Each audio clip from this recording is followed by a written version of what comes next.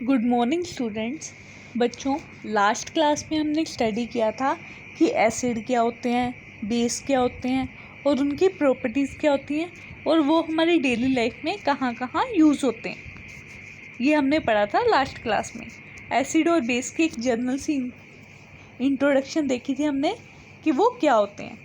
आज हम पढ़ेंगे एसिड और बेस की रिएक्शंस के बारे में। वहाँ हमने एसिड और बेस की फ़िज़िकल प्रॉपर्टीज़ देखी थी कि वो कैसे होते हैं। इंडिकेटर्स के बारे में पढ़ा था कि हमारे पास कैसे इंडिकेटर होते हैं। ठीक है, तो आज हम पढ़ेंगे उनकी रिएक्शंस के बारे में, केमिकल रिएक्शंस के बारे में। तो उसके लिए हम एक छोटा सा एक्सपेरिमेंट करेंगे। हम ये एक्सपेरिमेंट जब अब स्कूल ओपन होंगे तो मैं आपको लैब में करवाऊँगी। ठीक है, हमारे पास एसिड और बेस मतलब की प्रॉपर्टी स्टडी करनी है। जिंक मेटल के साथ रिएक्ट करवा के और सॉलिड सोडियम कार्बोनेट के साथ इनको रिएक्ट करवा के इनकी प्रॉपर्टीज़ को हम स्टडी करेंगे। तो क्या रिएक्शन होगी वो मैं आपको बताती हूँ। देखो, कहते हैं कि एसिड और बेस जो हैं वो मेटल के साथ रिएक्ट करके क्या बनाएंगे, सोल्ट बनाएंगे और गैस प्रोड्यूस करेंगे, हाइड्रोजन गैस। मेटल जब भी एसिड और बेस के साथ रिएक्ट करेगा तो मेटल सोल्ट बनेगा और हाइड्रोजन गैस प्रोड्यूस होगी। ठीक है, जैसे मेटल कौन सा, यहाँ पर फर्स्ट एग्जांपल में हमारे पास यहाँ बच्चों जिंक मेटल है। तो जिंक एसिड या बेस के साथ, तो पहले हमने एसिड की एग्जांपल ली। सल्फ्यूरिक एसिड एसिड है हमारे पास, H2SO4 मतलब सल्फ्यूरिक एसिड। तो वो मेटल सोल्ट बनाएगा, मतलब जिंक सल्फेट। ये क्या, मेटल का सोल्ट है और हमारे पास गैस रिलीज होगी, हाइड्रोजन गैस। ठीक है, चाहे मेटल को हम एसिड के साथ रिएक्ट करें, चाहे मेटल को हम बेस के साथ रिएक्ट करें। यहाँ पर बेस कौन सा है हमारे पास, सोडियम हाइड्रोक्साइड। तो हमारे पास क्या बनेगा, ये इसको हम बोलते हैं एलॉय। क्या बोलते हैं, एलॉय। एलॉय वो मटेरियल होता है जिसमें एक, दो या दो से ज़्यादा मेटल प्रेजेंट हो। तो इसमें दो तरह के मेटल प्रेजेंट है। देखो,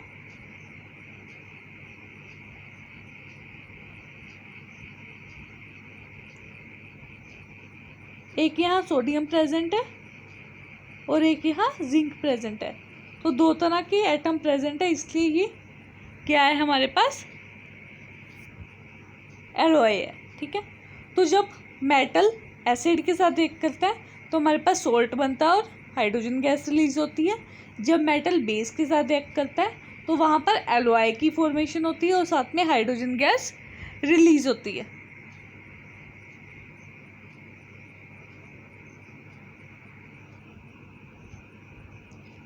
अब देखो, कहते हैं अब एसिड को जब हम मेटल कार्बोनेट के साथ रिएक्ट करते हैं तो क्या होता है, हमारे पास सोल्ट, कार्बन डाइऑक्साइड और वाटर की फॉर्मेशन होती है।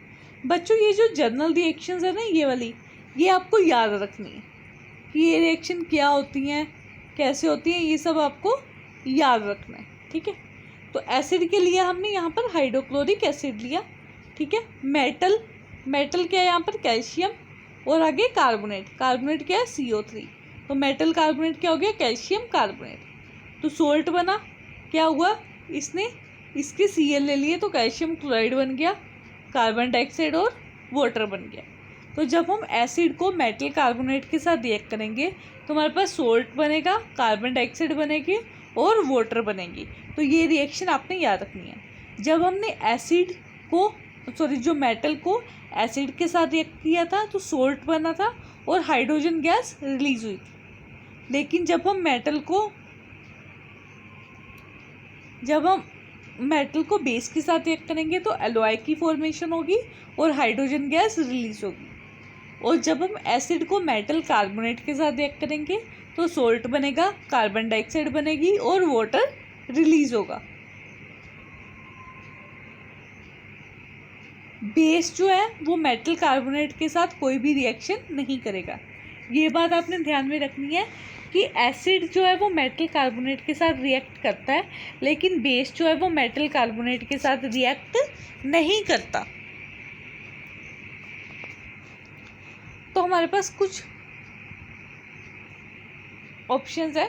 ठीक है, ऑब्जर्वेशन है, हमने पहले के लिए जिंक ग्रेन्यूल्स लिए और उसमें HCl डाला, ठीक है, हाइड्रोक्लोरिक एसिड डाला। तो कहते हैं कि क्या ऑब्जर्व होगा, तो हाइड्रोजन गैस बबल्स बनने लग जाएंगे। एक्चुअली हाइड्रोजन गैस के बबल्स बनते हैं, ठीक है, तो बबल्स प्रोड्यूस होंगे, ठीक है। तो इक्वेशन क्या होगी, मैं आपको लिखवाती हूँ यहाँ पर, zinc plus HCl giving zinc chloride जो हमारा सॉल्ट है प्लस हाइड्रोजन गैस। ये रिएक्शन होगी फर्स्ट वाली, ठीक है। दूसरा है जिंक में है जब हम सोडियम हाइड्रोक्साइड ऐड करेंगे फिर क्या होगा, ठीक है। तो भी हमारे पास हाइड्रोजन गैस लिबरेट होगी, तो क्या इसकी रिएक्शन आएगी, जिंक प्लस NaOH,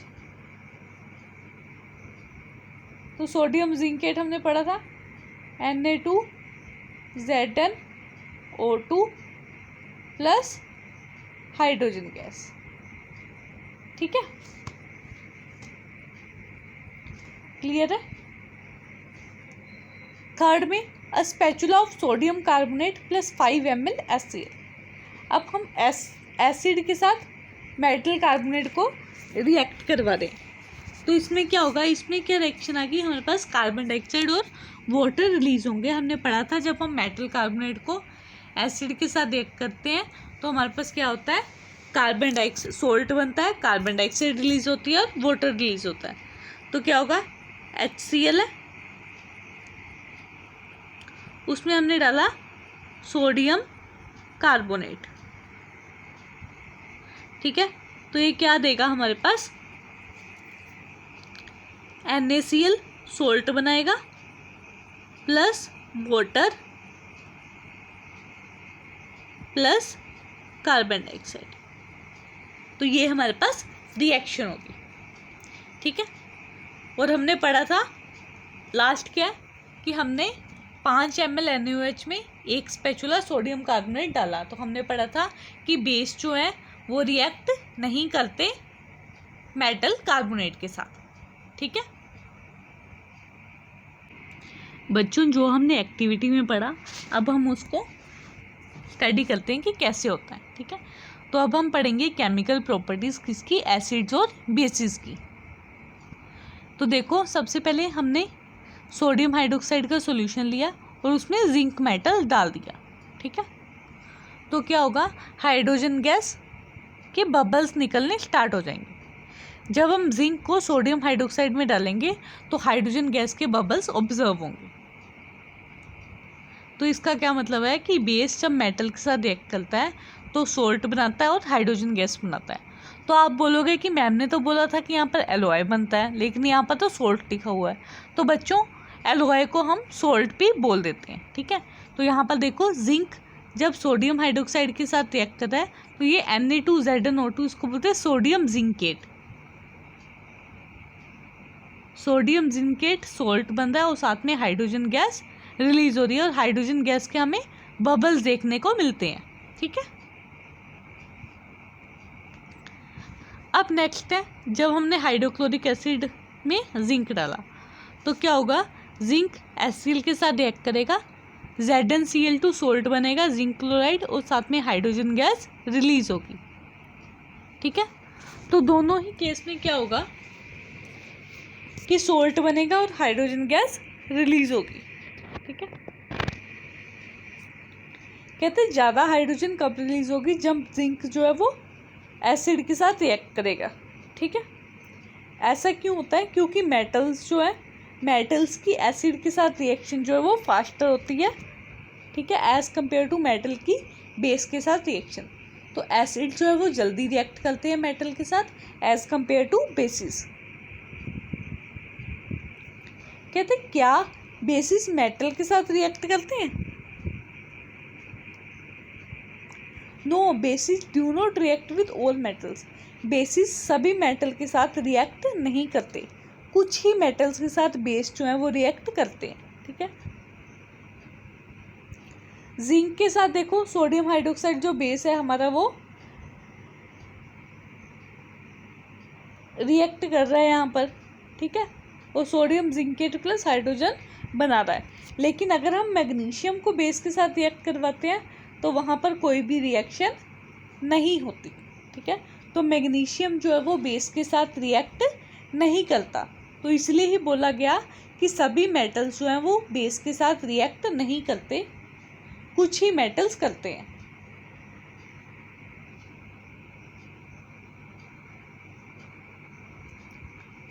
अब नेक्स्ट देखो, कहते हैं कि क्या होगा अगर हम सोडियम कार्बोनेट दोनों टेस्ट ट्यूब में डालें। तो एक टेस्ट ट्यूब में हमारे पास हाइड्रोक्लोरिक एसिड है, दूसरे में हमारे पास सोडियम हाइड्रोक्साइड बेस है। तो जब हम इसमें सोडियम कार्बोनेट डालेंगे तो बबल्स फॉर्म होंगे, ठीक है। तो इसका मतलब कि कोई गैस रिलीज हुई है। लेकिन अगर हम बेस में डालेंगे तो कुछ भी हमें चेंज ऑब्जर्व नहीं होगा। इसका मतलब कि जो कार्बोनेट्स हैं, जो सोडियम कार्बोनेट है वो एसिड के साथ रिएक्ट कर रहा है, लेकिन बेस के साथ वो रिएक्ट नहीं कर रहा। तभी तो जैसा पहले मिक्सचर था वैसे ही है, उसमें कोई भी चेंज नहीं आया।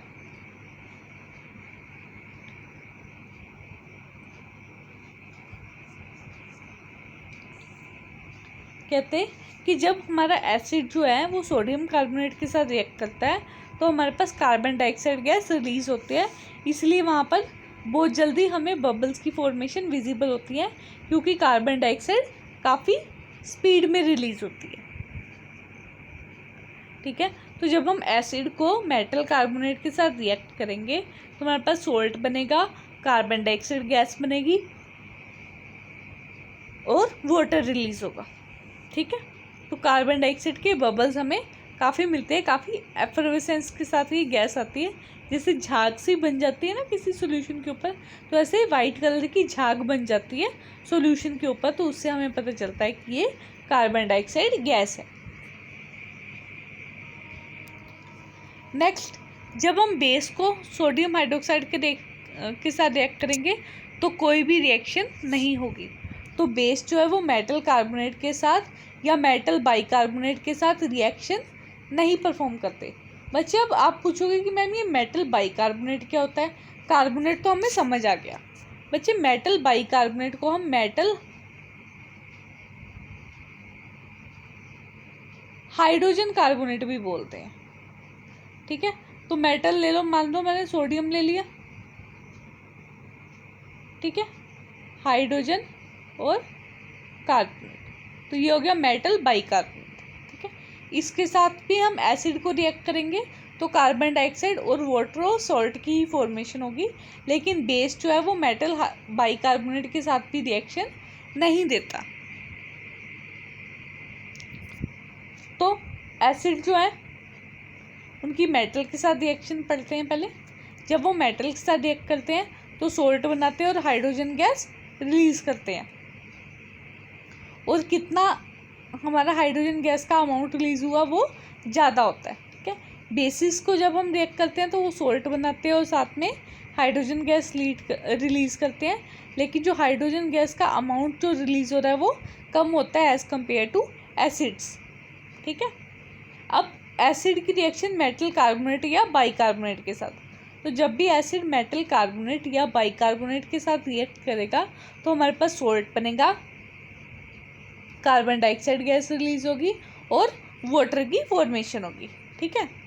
बेसिस जो है वो मेटल कार्बोनेट्स या मेटल बाइकार्बोनेट्स के साथ रिएक्ट नहीं करते।